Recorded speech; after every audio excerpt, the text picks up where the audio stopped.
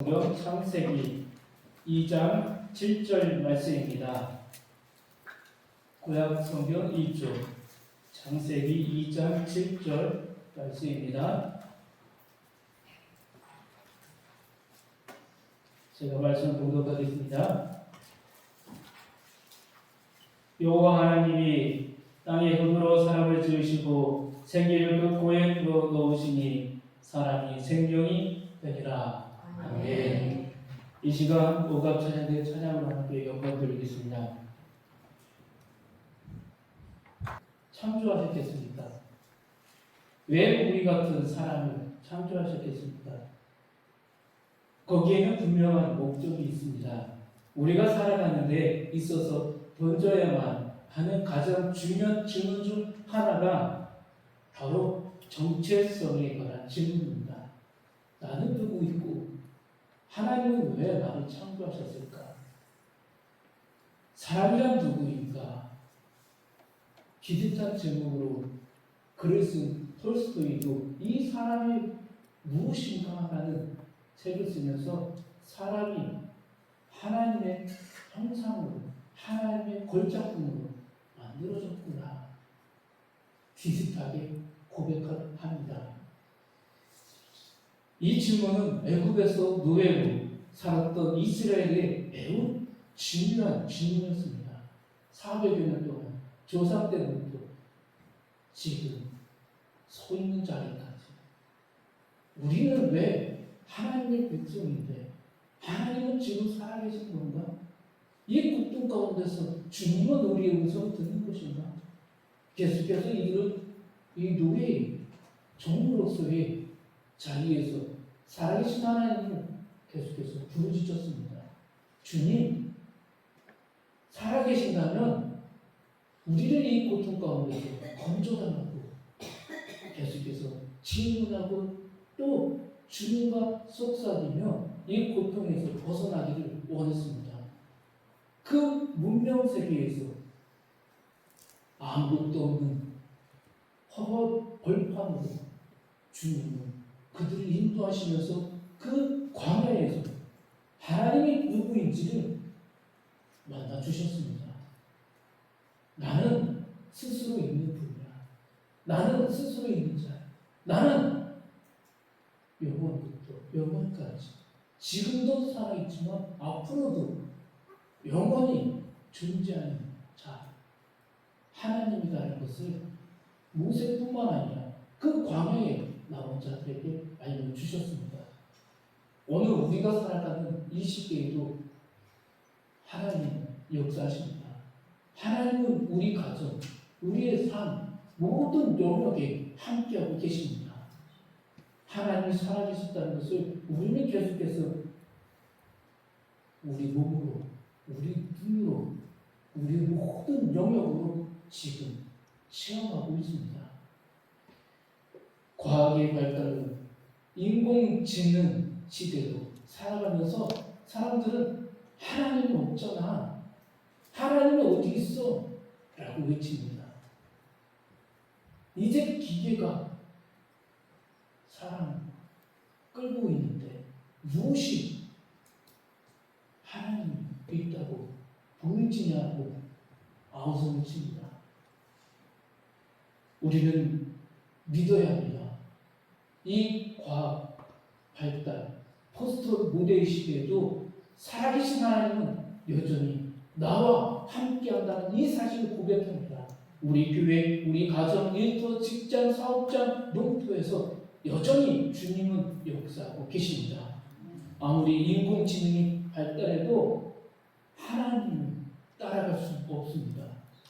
하나님보다 높아질 수 없습니다.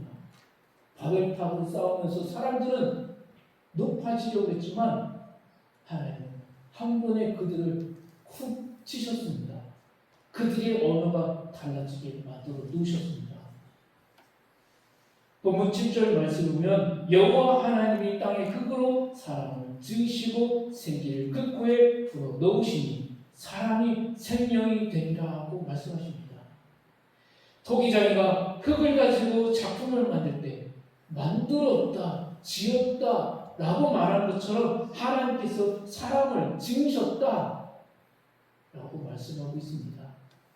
창세기 1장 26절, 27절에서 사람에 대해서 이야기해 주셨는데 좀 더 구체적으로 이 장은 우리에게 사람이 무엇인지, 사람은 어떻게 살아가야 되는지 알려주고 있습니다. 이 땅에 존재하는 하나님의 형상인 사람은 창조주 하나님의 뜻과 목적이 담긴 존재입니다. 우리 각자에게 부어주신 하나님의 은혜가 있다는 것입니다. 첫째로 사람은 창조주 하나님의 뜻과 목적이 담긴 존재입니다. 하나님께서는 하나님의 형상대로 사람을 지으시고 하나님의 살아있는 숨을 불어 넣으시고 살아있는 존재가 되도록 하셨습니다. 전도서 3장의 말씀을 보면 사람과 짐승의 차이를 나타내주고 있습니다. 사람은 하나님의 영이 있기 때문에 흙으로는 똑같이 짐승도 사람도 끝나지만 흙으로 가지만 우리의 영은 하늘로, 짐승은 땅으로 라고 기록되어 있습니다.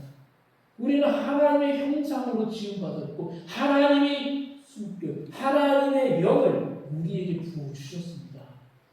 사람은 하나님의 물질적 존재가 아니라 하나님의 신적인 요소가 담긴 아주 특별하고 존귀한 존재입니다. 그러기에 이사야 선지자는 이렇게 고백합니다. 여호와여, 이제 주는 우리 아버지시니다.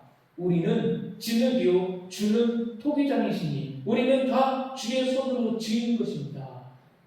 라고 고백합니다. 이사야는 우리 모두가 하나님의 작품이라고 합니다. 이 땅에 존재하는 모든 사람은 하나님의 뜻과 목적이 담긴 하나님의 작품입니다. 어떤 사람은 둥글둥글하게, 어떤 사람은 길쭉하게, 어떤 사람은 넓적하게, 다양하게 하나님은 우리를 창조하셨다는 것입니다. 우리는 창조주 하나님의 뜻과 목적이 담긴 사람입니다. 우리가 회복되듯이 이 땅의 모든 것이 회복이 되도록 우리는 힘쓰는 자들이 되어야 합니다. 하나님께서는 모든 창조 만물이 회복되도록 우리에게 관리자로 다스리라고 명령하셨습니다. 하나님께서는 사람이 모든 창조 세계를 다스리도록 허락해 주셨습니다. 시편 8편의 말씀을 보면 하나님보다 조금 못하며 하나님이 창조하신 모든 것을 그 발 아래 두고 다스리는 존재가 바로 사람이다 라고 기록하고 있습니다. 하나님보다 조금 못한 존재, 인간이다라는 것입니다. 아담은 땅을 경작하고 동물의 이름을 지었습니다. 사람이 다스려야 할 것이 어디 이 정도뿐이겠습니까? 우리는 주 안에서 이 다스림의 사명을 받은 자들입니다. 삶의 모든 영역을 하나님이 원래 창조하셨던 선한 것으로부터 변화시켜야 합니다. 하나님이 우리에게 사명을 주시고 우리를 돌보시고 쉼을 주셨습니다. 이것이 안식입니다. 하나님은 우리에게 안식을 주셔서 이 세상에서 맛볼 수 없는 평강과 기쁨을 누리도록 하셨습니다. 그래서 예수님께서 말씀하신 것이 무엇입니까? 세상에서 얻지 못하는 참된 평화가 나에게 우리 주 예수 그리스도 안에 있다고 말씀해 주신 것입니다. 우리 주님에게 오는 자들에게 이 쉼을 누릴 수 있다는 것입니다. 하나님이 6일 동안 창조하시고 7일째 되는 날에 안식을 누리셨다는 말씀은 대단히 중요한 의미를 지니고 있습니다. 하나님은 사람에게 안식을 주시고 함께 그 안식을 누리시기 위해 세상을 창조하셨습니다. 우리 인간만이 쉬는 것이 아니라 창세기 1장의 말씀을 보면 하나님도 함께 이 쉼을 누리셨다는 것입니다. 인간과 함께 자리에 함께 했다는 것입니다. 이것이 창조의 최종 목적입니다. 우리가 이 거룩한 주일, 이 주일날 예배를 드리는 목적이 무엇입니까? 주님 안에서 주님과 함께 참된 평안을 누리기 위해서 모여서 예배를 드리는 것입니다. 흩어져서 각자의 예배를 드리고 있었지만 그 자리가 아니라 함께 이 자리에서 주님이 주시는 참된 평안을 누리자는 것입니다. 예수 그리스도께서도 우리에게 안식을 주시겠다고 말씀해 주셨습니다. 마태복음 11장 28절부터 30절 말씀입니다. 수고하고 무거운 짐진 자들아 다 내게로 오라. 내가 너희를 쉬게 하리라. 나는 마음이 온유하고 겸손하니 나의 멍에를 메고 내게 배우라. 그리하면 너희 마음이 쉼을 얻으리니 이는 내 멍에는 쉽고 내 짐은 가벼우니라. 주님 안에 들어오라. 주님 안에서 이 쉼을 누리라는 것입니다. 하나님께서는 사람을 위해 에덴 동산을 만드시고 그 안에서 풍성한 삶을 살도록 허락해 주셨습니다. 그 안에서 안식을, 평안을, 자유를 누리라는 것입니다. 에덴 동산에는 네 강이 흐르고 있다고 했습니다. 풍부하다는 것입니다. 먹을 것이 많다는 것입니다. 그 안에는 먹기에도 좋은 나무와 금은 보석이 가득한 그야말로 지상 낙원과 같은 곳이라고 성경은 기록하고 있습니다.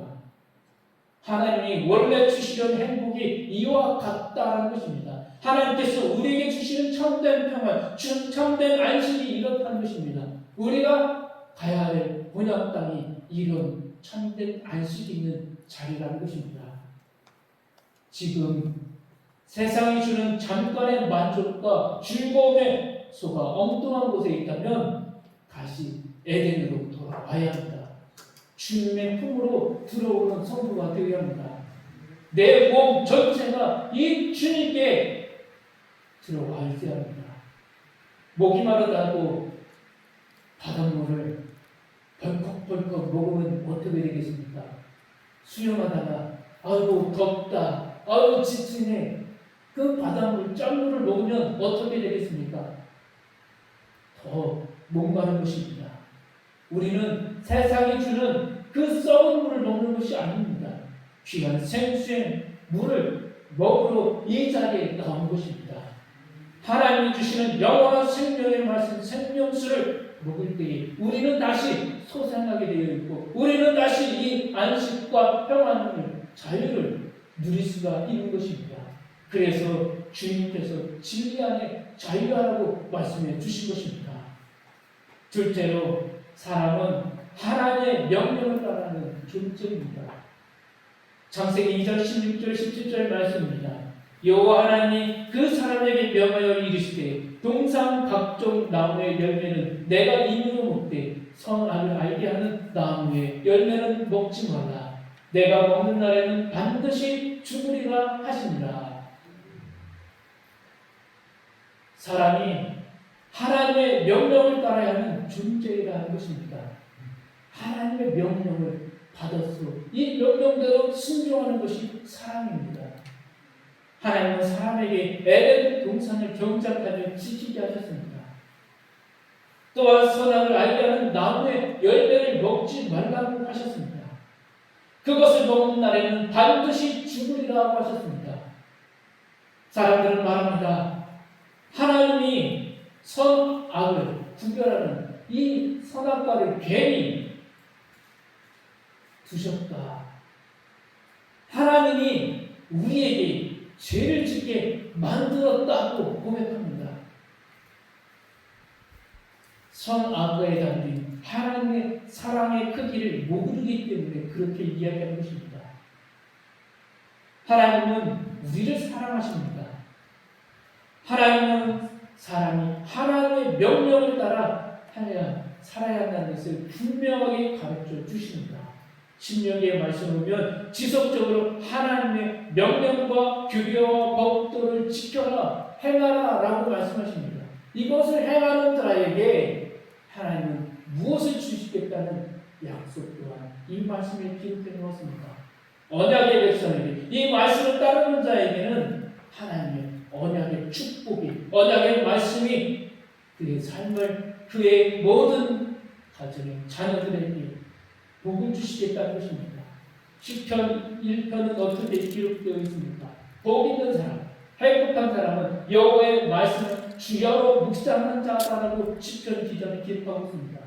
여호와의 하나님의 말씀을 지키는 자에게 복이 있다는 것입니다. 하나님은 이 에덴 동산에 선과 악을 구별하는 나무를 준 것은 그것을 보면서 하나님이 살아계시는 우리가 어떤 존재를 발견하라는 것입니다.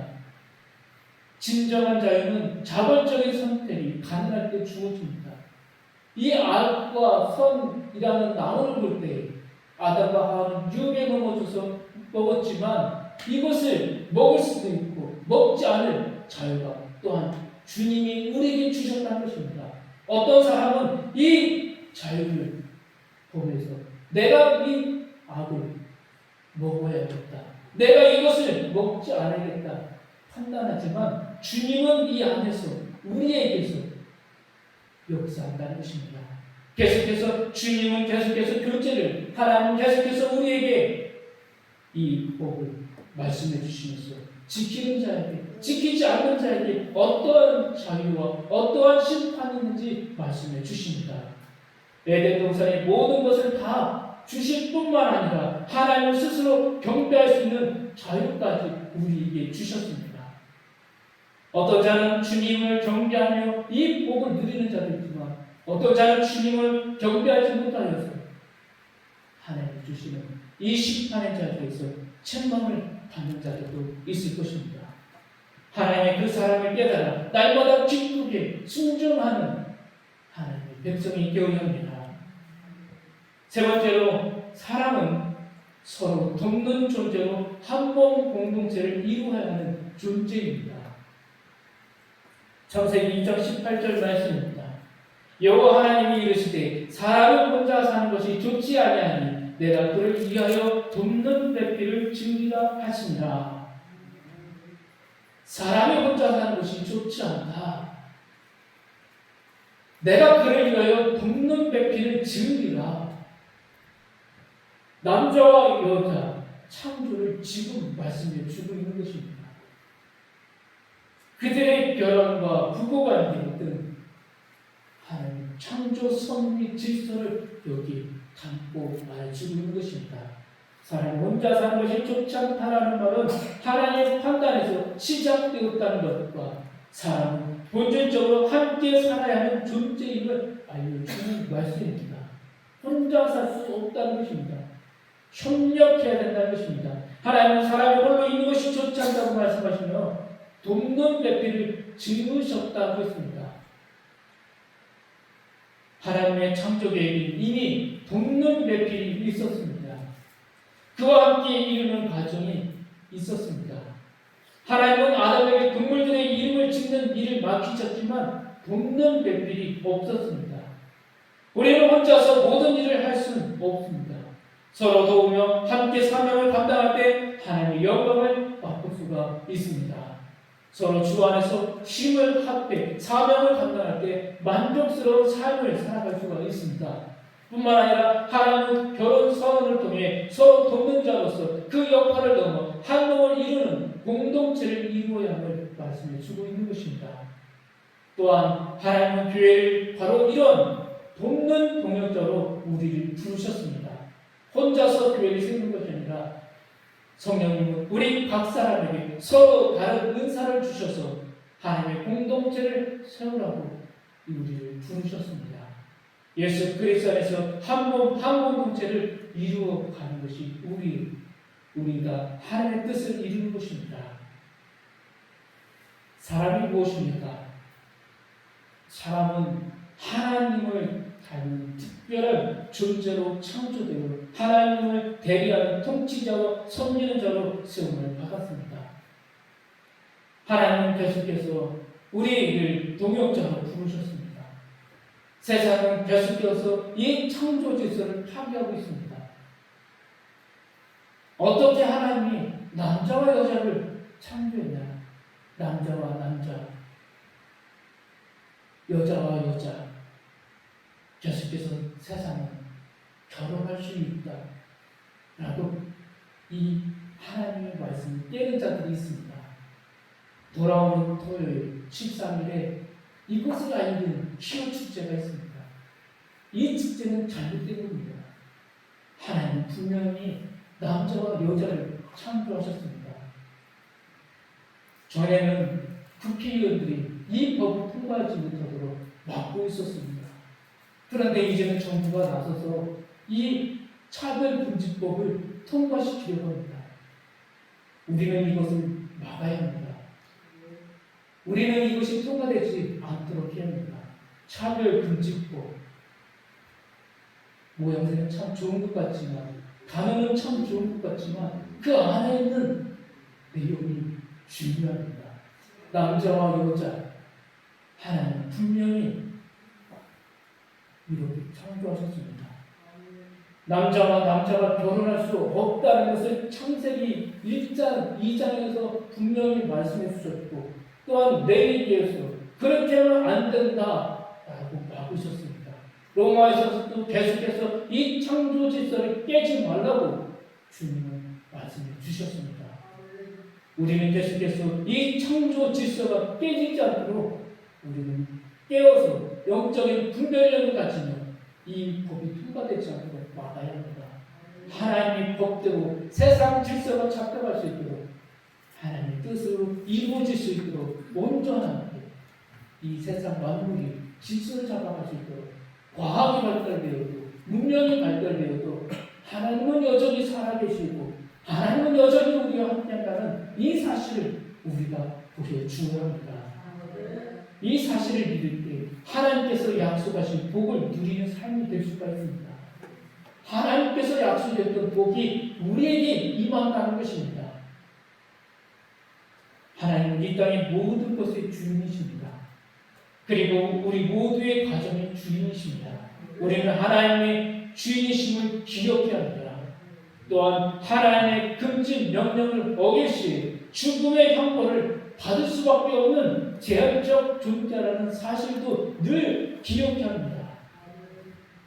그러므로 늘 하나님의 권세에 복종하는 가운데 우리에게 주어진 사명을 잘 감당하는 성도가 되길 소망합니다. 기도하겠습니다. 하나님 아버지, 어중한 우리 지음받기 전부터 우리를 사랑하여 주신 은혜에 감사드립니다. 주님의 끝크신 사랑을 받은 자로서 하나님 만든 자연을 잘 다스리고 관리하고 보존하는 성도의 삶 되길 원합니다. 우리에게 주어진 복음을 전하는 사명 잘 감당할 수 있도록 성령님 함께하여 주옵소서. 영적인 분별력 있는 성도의 삶 되게 하여 주옵소서. 아버지 하나님, 법이 하나님 우리의 가는 길을 막지 않도록 성령께서 강권적인 역사가 일어나게 하여 주옵소서. 예수 그리스도의 이름으로 기도합니다. 아멘. 우리 결단의 찬송, 찬송가 63장 찬송 하나님께 올려드리겠습니다.